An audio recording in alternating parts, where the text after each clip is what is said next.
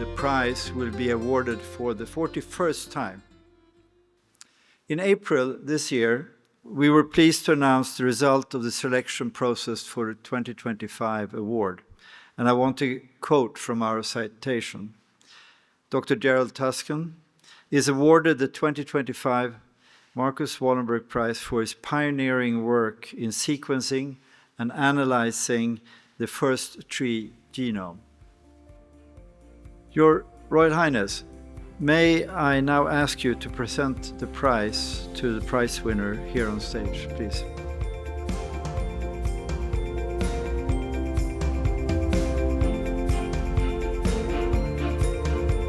May I now ask the laureate, Gerald Tuskan, to come to the podium to receive your award from Crown Princess.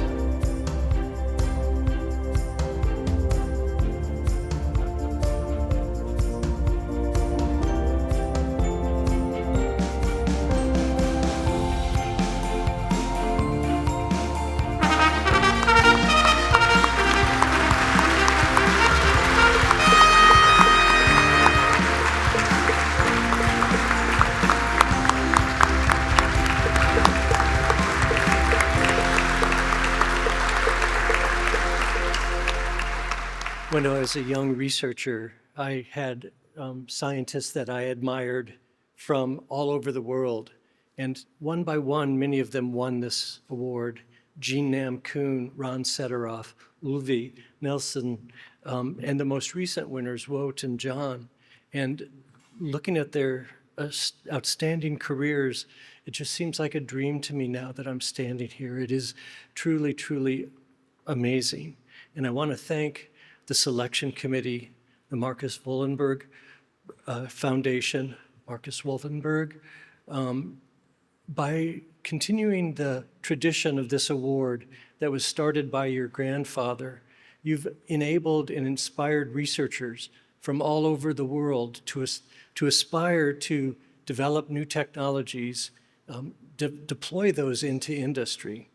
And so I'm humbled and I'm entirely grateful to be standing here, so thank you.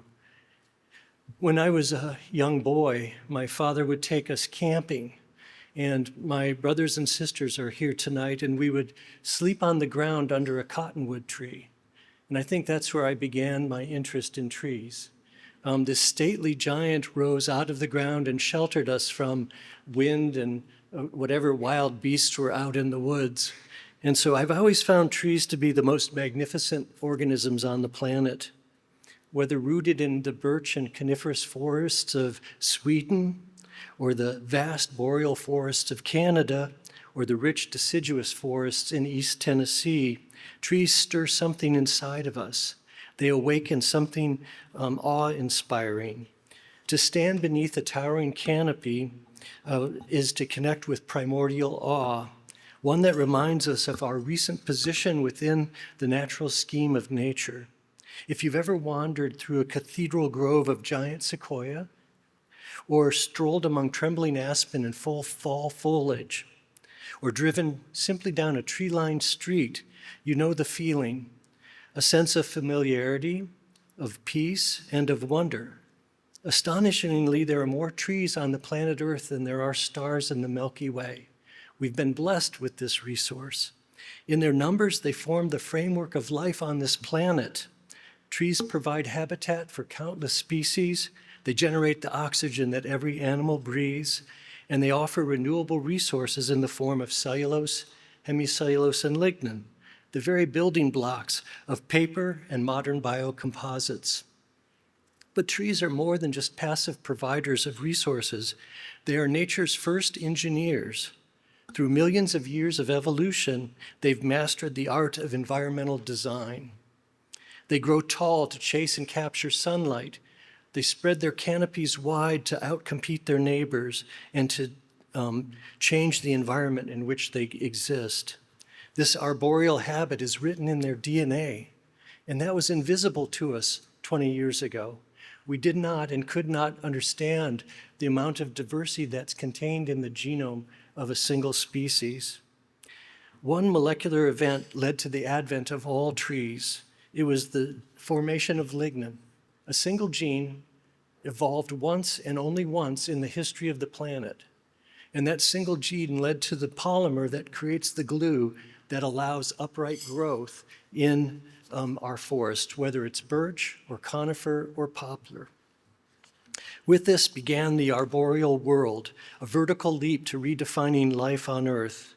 And with this woody habit, much later in the evolutionary timeline, we humans began using these stately giants to heat our homes, to produce fuels for our cooking. And today we use them to produce numerous compounds, everything from turpentine to maple syrup. We owe that to trees.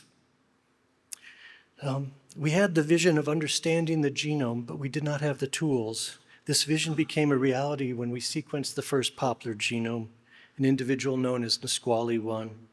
Remarkably, it was the only third genome ever sequenced, and it provided us a linear blueprint of A, T's, G's, and C's, nucleic acids, that opened the window into genetic code. What we found there was remarkable.